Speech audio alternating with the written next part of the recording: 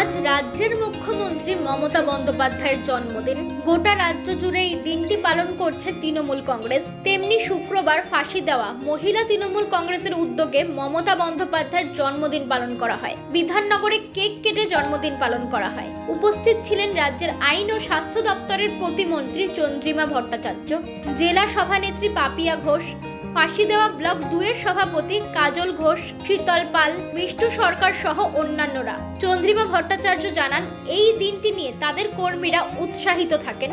তারা এই দিনটি মমতা দিদির জন্মদিন হিসেবে পালন করেন। দিদিকে সম্মান জানান ও দিদি যাতে বছরের 365 দিন ভালো থাকুক তার প্রার্থনাই তারা করেন।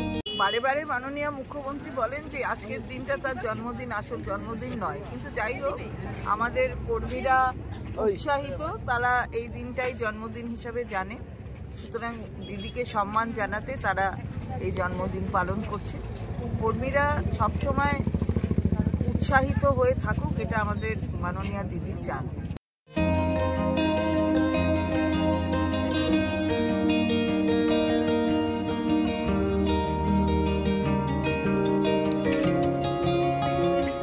শিলিগুড়ি থেকে পার্থ প্রতিম দাসের report, U Bangla TV. U Bangla TV হৃদয় ছুঁয়ে যায়।